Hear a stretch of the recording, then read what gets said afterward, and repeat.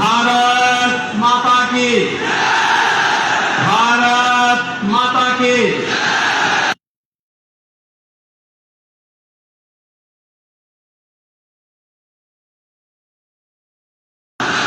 वंदे, जो बोले सो निहाल।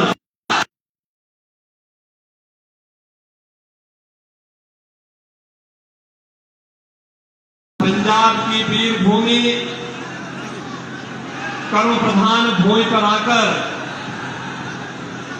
गुरु नानक देव जी के चरणों में शीश नवाता हूं। गुरुओं की महान परंपरा को मैं कोटि कोटि नमन करता हूं। मंच पर उपस्थित लुधियाना संसदीय सीट पर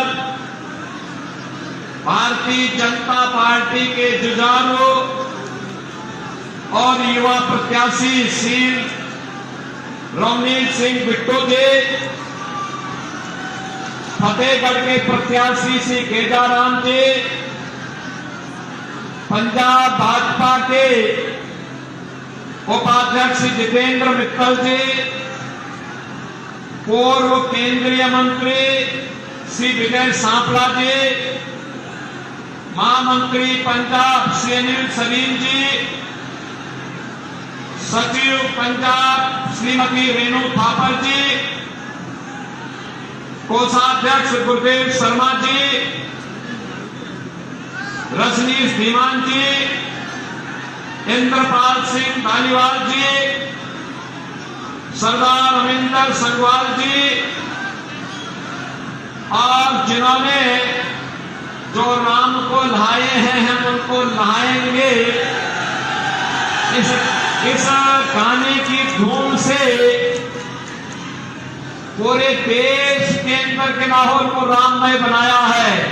ऐसे ही आपके अपने श्री कन्हैया लाल मित्तल जी, पूर्व सांसद अमरीक सिंह अहिरवार जी, कैलाश चौधरी जी, और पूर्व सांसद और राजस्थान से विधायक महंत योगी बालकनाथ जी, भारतीय जनता पार्टी के हमारे सभी पदाधिकारीगण और लुधियाना के मेरे सभी उपस्थित बहन और भाइयों, आज मैं विशेष रूप से लुधियाना में आया हूं।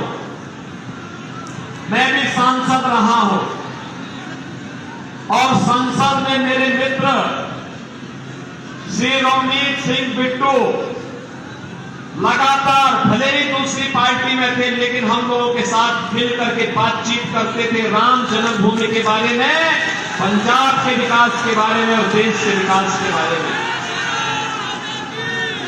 और जब मुझे लगा कि अब उनका चुनाव हो रहा है, वो भाजपा के प्रत्याशी हैं, तो मैं यूपी का चुनाव छोड़ करके आपके पास आया हूं आपसे अपील करने के लिए कि रवनीत सिंह बिट्टू को चुनाव दिलाना है। बहनों और भाइयों, अगर इस प्रकार का युवा के लिए कांग्रेस में और आम आदमी पार्टी में सम्मान का भाव नहीं है, तो मान करके चलिए कि पंजाब के लिए उनके मन में कोई सम्मान का भाव नहीं है। कांग्रेस हो या आम आदमी पार्टी, ये दोनों पंजाब की भावनाओं के साथ खिलवाड़ कर रहे हैं, देश को फिर से आतंकवाद की आग में झोंक रहे हैं, भारत में अराजकता पैदा करना चाहते हैं। आज लोकसभा चुनाव के अंतिम चरण की अंतिम सभा को करने के लिए मुझे लुधियाना में आना पड़ा है। तो बहनों और भाइयों, मैं तो आपसे एक ही बात कहूंगा, मैं आपसे एक ही बात कहूंगा कि हमारी पीढ़ी सौभाग्यशाली है, हमारी पीढ़ी सौभाग्यशाली है कि जिस पंजाब की धरती से गुरु नानक देव जी ने जाकर के अयोध्या में रामलला के मंदिर का उस समय दर्शन किया था, जिस अयोध्या में गुरु गोविंद सिंह जी महाराज ने राम जन्मभूमि के लिए निहत्थों की फौज भेजी थी और राम जन्मभूमि को मुक्त कराने के लिए उस आंदोलन की अगुवाई की थी। गुरु गोविंद सिंह जी महाराज भूमि के लिए राम अवतार के नाम पर ही पूरा एक स्वर्ग लिखा था। आज गुरुओं के उस संकल्प को मोदी जी के नेतृत्व में पूरा करने में सफलता प्राप्त हुई है।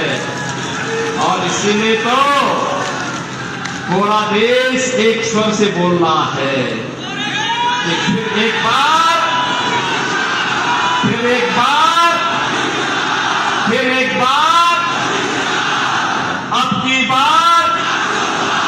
अब की बार 400 पार की बात जब होती है तो कांग्रेस और आम आदमी पार्टी को चक्कर आने लगता है, क्योंकि 400 सीटों में चुनाव ही नहीं लड़ रहे, उस प्रकार की लड़ने की क्षमता भी नहीं।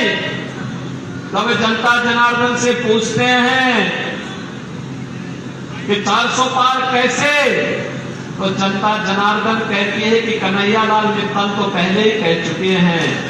और कन्हैया लाल ने पहले ही क्या कहा था?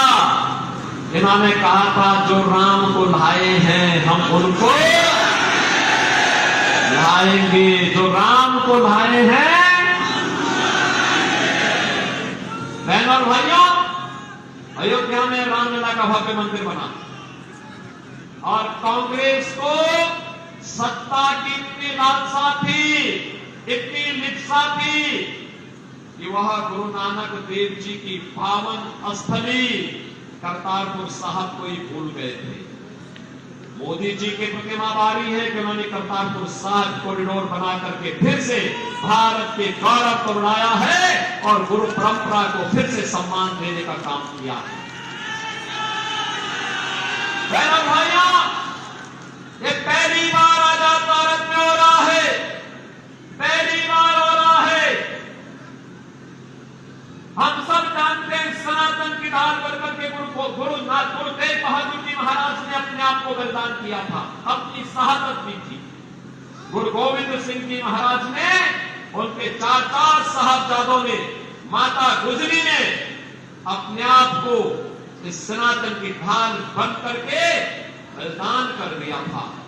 लेकिन कभी गुरु गोविंद सिंह जी महाराज के 4 साहबजादों को भारत के अंदर सम्मान कांग्रेस की सरकार ने नहीं होने दिया।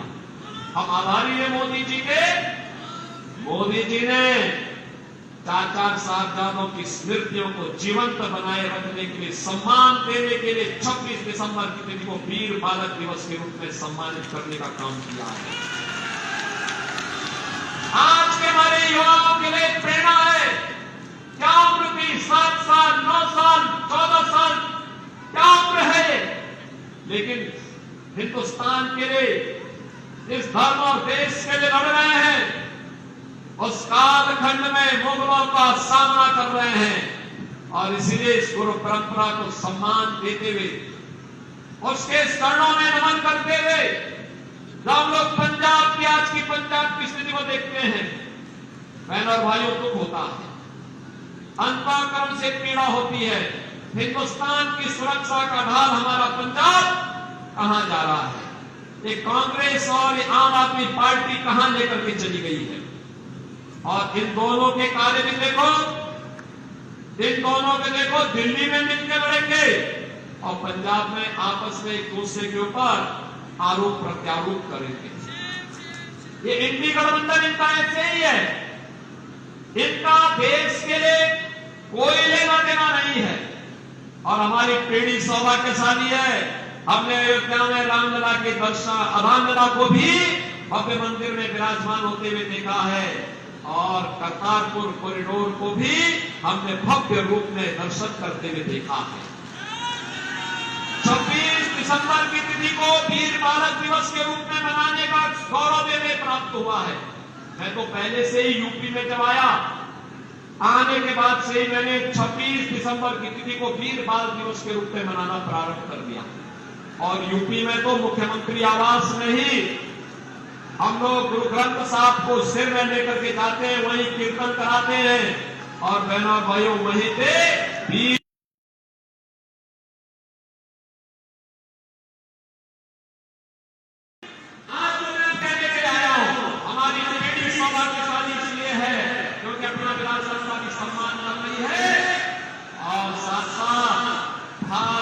दुनिया के अंदर सम्मान दे रही है, भारत की सुरक्षा को पुख्ता कर रही है। अब दुनिया का कोई देश, कोई दुश्मन भारत की सीमा का अतिक्रमण नहीं करता है। बहनों और भाइयों, अब तो जगह जगह विस्फोट नहीं होते। याद करिए, पहले अलग अलग जगहों पर कभी दिल्ली, कभी मुंबई, कभी अहमदाबाद, कभी चेन्नई, कभी हैदराबाद, कभी अयोध्या, कभी काशी, ये जगह जगह आतंकी विस्फोट होते थे। हम तब उस समय की कांग्रेस सरकार से कहते थे कि भाई आतंकवाद से लड़ो, आतंकवादियों को मुंहतोड़ जवाब दो। फिर कहते थे आतंकवादी सीमा पार का कहल करके बहाना टाल जाते थे। आज आप देखते होंगे आतंकवाद समाप्त, नक्सलवाद देश के अंदर समाप्त, मोदी जी के नेतृत्व में सुरक्षा का बेहतर वातावरण। और अब तो आतिशबाजी करते करते कभी कोई पटाखा जोर से फट जाए तो पाकिस्तान पहले सफाई देता, कहता साहब मेरा हाथ नहीं है, क्योंकि इसे मालूम है ये नया हिंदुस्तान है, छेड़ेगा नहीं। लेकिन अगर कोई छेड़ेगा तो उसको छोड़ेगा भी नहीं। और बहनों और भाइयों, आज के नए हिंदुस्तान में विकास भी है, 2 लेन, 4 लेन, 6 लेन, 12 लेन की हाईवे, रेल की नई मॉडल, वंदे भारत, अमृत भारत, नमो भारत के रूप में मेट्रो बन रही है। IIT, IIM, AIIMS, IIT, NIT और वर्ल्ड क्लास यूनिवर्सिटी का एक संजाल देश के अंदर फैल रहा है। हर घर नल की योजना से हर घर को शुद्ध पेयजल उपलब्ध करवाने का कार्य है। तो बहनों और भाइयों, गरीबों के लिए 80 करोड़ लोग फ्री में राशन की सुविधा का लाभ प्राप्त कर रहे हैं। याद करिए, पाकिस्तान की कुल आबादी 23 करोड़ और 23 करोड़ की आबादी भूख से मर रही है, और हिंदुस्तान में 80 करोड़ लोग फ्री में राशन की सुविधा का लाभ प्राप्त कर रहे हैं। पाकिस्तान की जितनी आबादी है, इससे बड़ी आबादी को मोदी जी ने 10 वर्ष में गरीबी रेखा से ऊपर खुशहाल जीवन जीने के लिए आगे बढ़ाया है। 60 करोड़ लोगों को 5 लाख रुपए का मुफ्त स्वास्थ्य कार्ड की, आयुष्मान कार्ड की सुविधा मोदी जी ने दी है।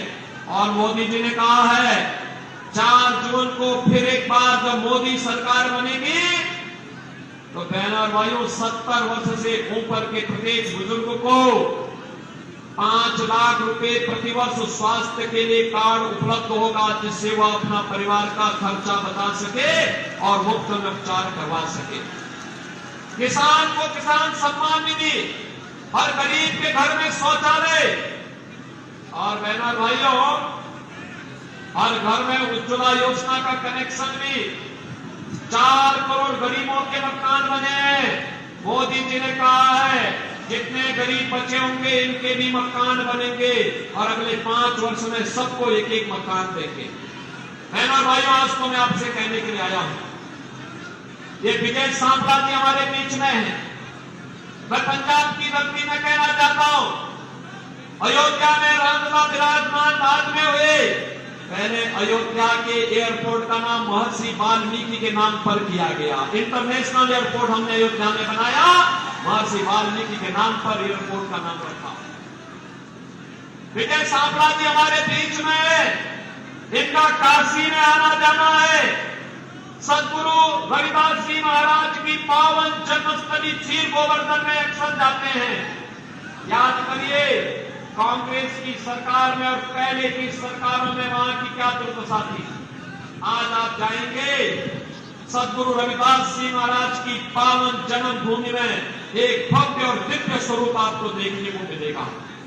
और बहनों और भाइयों, मैं आज आपसे यही कहने के लिए आया हूं, एक तरफ भारतीय जनता पार्टी सम्मान, सुरक्षा, विकास, विरासत को आगे बढ़ाने का काम कर रही है, गरीबों का कल्याण कर रही है, और दूसरी तरफ कांग्रेस और आम आदमी पार्टी का ये गठबंधन, जो गठबंधन नहीं बल्कि आम आदमी पार्टी तो देश के अंदर पहली पार्टी है जिस राजनीतिक दल के खिलाफ भी चार्जशीट दाखिल हो रखी है।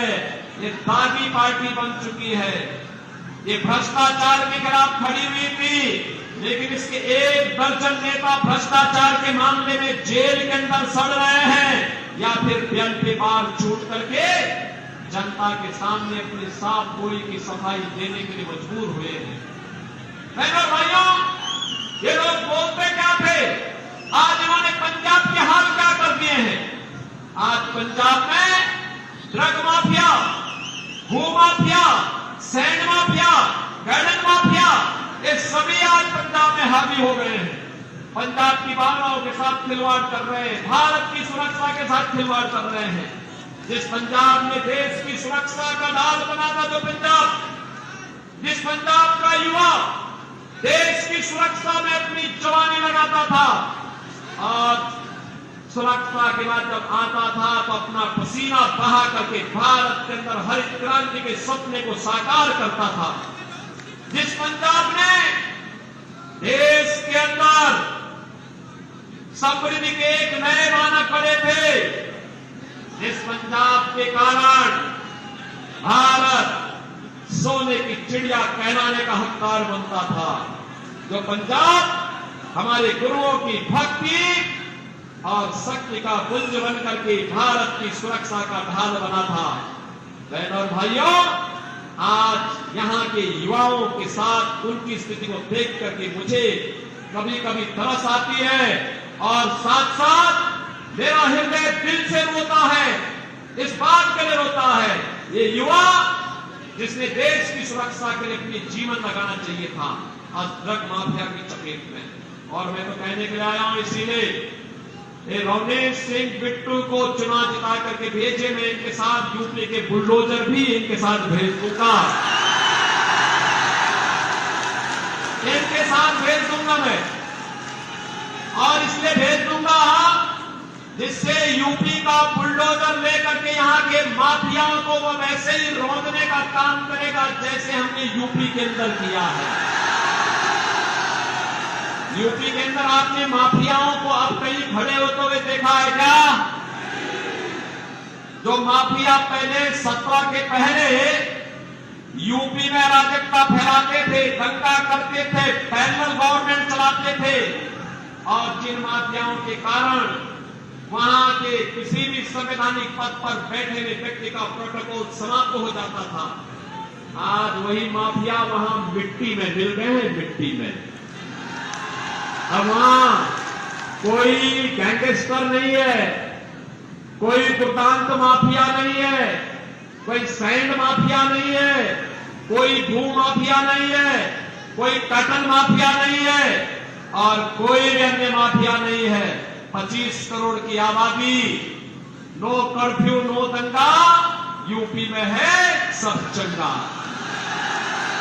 और यही कहने के लिए आए हैं, एक बार बिट्टू को चुनाव जिता करके भेजिए, अगली सरकार पंजाब में हम बीजेपी की लेकर के आएंगे, माफियाओं को रौंदने का काम करेंगे। ज्यादा नहीं 48 घंटे का समय चाहिए बीजेपी को।